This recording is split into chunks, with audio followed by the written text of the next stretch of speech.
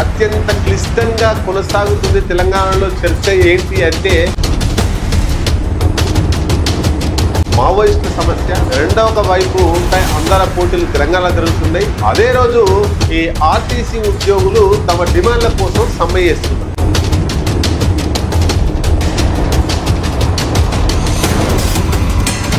అందాల పోటీల మీద మాట్లాడినాం, అట్లాగే మావోయిస్టుల సమస్య మీద మాట్లాడినాం. ఇప్పుడు ఆర్టీసీ ఉద్యోగుల సమస్య మీద మాట్లాడే ప్రయత్నం చేస్తాం. ఇంతకీ ఆర్టీసీ ఉద్యోగులు కోరుకున్నది ఏమిటి? బీర్ కావాలన్నారా? బిర్యానీ కావాలన్నారా? రేవంత్ రెడ్డి తిరిగే కార్ అడిగిరా? రేవంత్ రెడ్డి ఉండే బిల్డింగ్ అడిగిరా? ఏం అడిగిర్రు? వాళ్ళ డిమాండ్లు ఏంటి? మీ ముందు తీసుకొచ్చే ప్రయత్నం చేస్తాం. నమస్తే, నేను మీ జనం టీవీ శంకర్. 2014లో తెలంగాణ ఉద్యమంలో చాలా కీలకంగా పనిచేసిర్రు ఆర్టీసీ ఉద్యోగులు. తెలంగాణ రాష్ట్రం సాధించుకున్న తర్వాత మా బతుకులు బాగుపడతాయి, మా ప్రభుత్వం వచ్చిందని అనుకున్న ఆర్టీసీ ఉద్యోగులకు నిరాశ ఎదురైంది. 2014లో తెలంగాణ రాష్ట్రం ఏర్పడేదాకా కేసీఆర్ ముఖ్యమంత్రి అయిండు. తెలంగాణలో ఆంధ్రప్రదేశ్ లో చంద్రబాబు ముఖ్యమంత్రి అయిండు.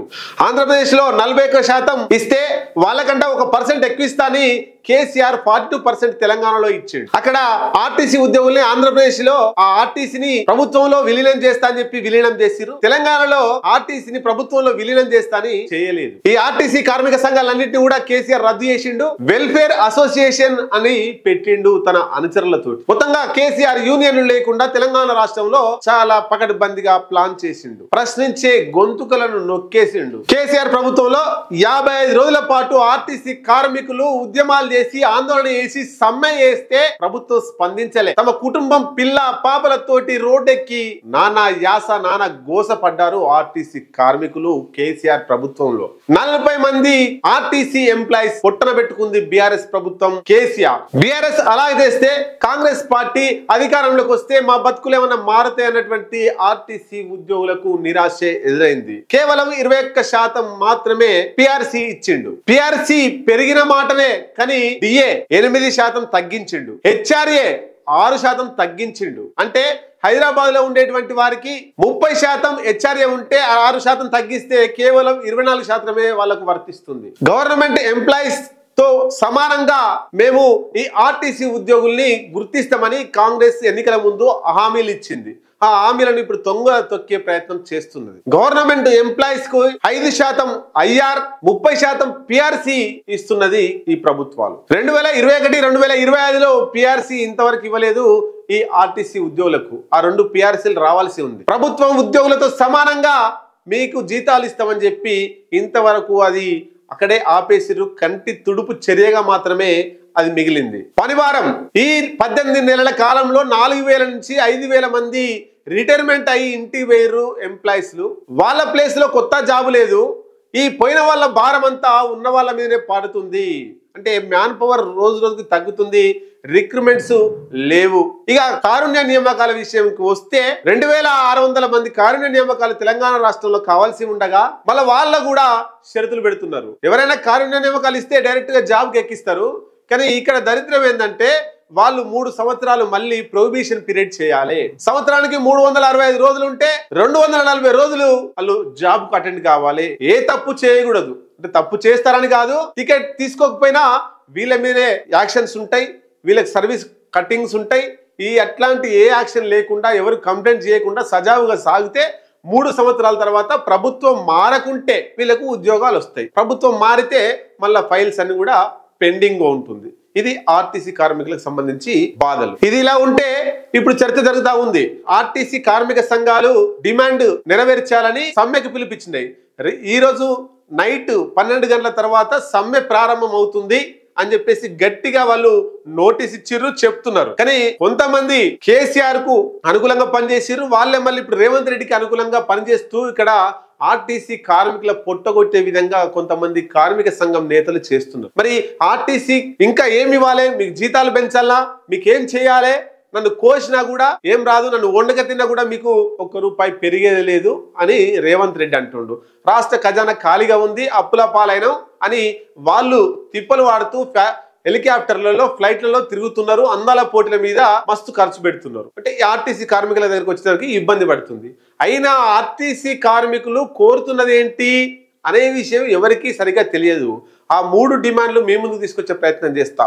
తెలంగాణ రాష్ట్ర ఖజానాకు కావచ్చు, రేవంత్ రెడ్డి ఖజానాకు కావచ్చు, ఒక్క రూపాయి నష్టం రాకుండా 3 డిమాండ్లు నెరవేరిస్తే ఆర్టీసీ కార్మికులు కేసీఆర్ కంటే రేవంత్ రెడ్డి బెస్ట్, అసలు ఆర్టీసీ చరిత్రలోనే రేవంత్ రెడ్డి బెస్ట్ అనేటువంటి విషయాన్ని చెప్తారు. రేవంత్ రెడ్డి వాళ్ళ గుండెల్లో ఉండిపోయేటువంటి 3 డిమాండ్స్. మొదటి డిమాండ్ ఏంటంటే యూనియన్ ని రిసోర్స్ చేయాలి. కేసీఆర్ ఈ యూనియన్స్ అన్ని కూడా రద్దు చేసిండు కాబట్టి మళ్ళీ ఆ యూనియన్ అన్నిటిని కూడా పునరుద్ధరించాలి అనేటువంటిది ఒక డిమాండ్. రెండవ డిమాండ్ ఏంటంటే ఎన్నికల ముందు ఎట్లయితే కేసీఆర్ కావచ్చు, రేవంత్ రెడ్డి కావచ్చు, వీళ్ళు ఆర్టీసీని ప్రభుత్వంలో విలీనం చేస్తామని చెప్పారు. ఇంతవరకు కూడా విలీనం చేయలేదు కాబట్టి ప్రభుత్వంలో విలీనం చేయాలి ఆర్టీసీని, అది రెండవ డిమాండ్. మూడవ డిమాండ్ ఏంటంటే ఉద్యోగ భద్రత కల్పించాలి. ఈ ఉద్యోగ భద్రత లేకుండా ఎంత గలీజ్గా ఎంత ఇబ్బందుల పాలై వాళ్ళు ఉద్యోగాలు చేస్తున్నారంటే వాళ్ళు ఇంటి దగ్గర నుంచి వెళ్ళి బాక్స్ పెట్టుకొని ఆ డిపో పోయే వరకే వాళ్ళ ఉద్యోగం, ఇక వచ్చేటప్పటికి వాళ్ళ ఉద్యోగం ఉంటుందో ఊడుతుందో తెలియలేనటువంటి పరిస్థితి. ఆ ఉద్యోగానికి భద్రత లేదు. ఎందుకు లేదంటే వాళ్ళేదో తప్పు చేస్తారని కాదు, బస్సులో వెళ్తున్నప్పుడు అందులో ఒకరు టికెట్ తీసుకోలేకపోతే ఆ టికెట్ తీసుకోలేనది ఏం నష్టం లేదు, వాళ్ళదేం తప్పు కాదు, దానికి కండక్టరే కారణం అని చెప్పేసి ఇష్టారీతిన వాళ్ళకు మెమో ఇష్యూ చేయడము, వాళ్ళను సర్వీస్ నుంచి తొలగించేటువంటి రిమార్క్స్ రాయడమో చేస్తున్నారు. అంటే ఉద్యోగ భద్రత లేకుండా పోయింది. మొత్తంగా ఈ 3 డిమాండ్స్ ఎక్కడ రూపాయి ఖర్చు కావాలనేటువంటి ఒకే ఒక సిట్టింగ్స్ తో చాయ్ తాగేంత సమయంలోనే ఈ కార్మికుల డిమాండ్లను పరిష్కరించవచ్చు.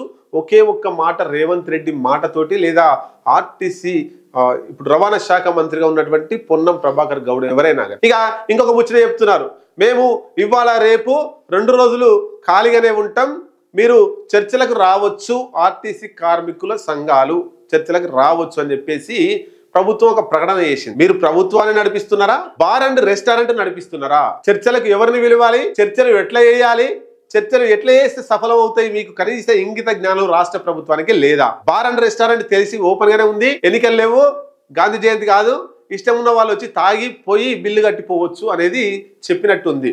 ప్రభుత్వాన్ని నడిపినట్టు లేదు, బార్ అండ్ రెస్టారెంట్ నడిపినట్టే ఉంది. ప్రభుత్వంతో చర్చలు ఏ కార్మిక సంఘాల నాయకులు జరపాలి, ఏ కార్మికులు జరపాలి, కార్మిక సంఘాలను మీరు ఎట్లా డిసైడ్ చేసినారు, ఆ నాయకత్వాలను మీరు ఎట్లా డిసైడ్ చేసినారు, ఆర్టీసీ కార్మికుల చర్చల తరపున ఎవరు నోటీస్ ఇచ్చిర్రు, ఎవరు మీతో చర్చలకు వచ్చిర్రు? నిన్న ఈ ఆర్టీసీ కార్మికుల్లో 2 రకాల జేఏసీలు ఉన్నాయి. నోటీస్ ఇచ్చింది ఒక జేఏసీ, చర్చలకు పోయింది ఒక జేఏసీ. అశ్వత్థామరెడ్డి ఒక నాయకత్వం వహిస్తున్నాడు ఒక గుంపుకి, థామస్ రెడ్డి ఇంకొక గుంపుకు నాయకత్వం వహిస్తున్నాడు. ఐఎన్టీయూసీ కాంగ్రెస్ కార్మిక అనుబంధంగా ఉన్నటువంటి రాజిరెడ్డి ఆయన ఒక నాయకుడిగా గుర్తింపు పొందిండు.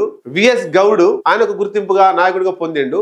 అట్లాగే హనుమంతు ముదిరాజు ఈయన థామస్ రెడ్డితో కలిసి ఈయన ఒక ఆర్టీసీ కార్మిక సంఘంగా ఇల్లు ఉన్నారు. మరి చర్చలకు నోటీస్ ఇచ్చిన ఎవరు అంటే థామస్, హనుమంతు ముదిరాజు ఈ వర్గం వాళ్ళు నోటీస్ ఇచ్చారు. ఏది ఈ సమ్మెకు పిలుపునిచ్చారు. మరి చర్చలకు పోయింది ఎవరు పోయిర్రు?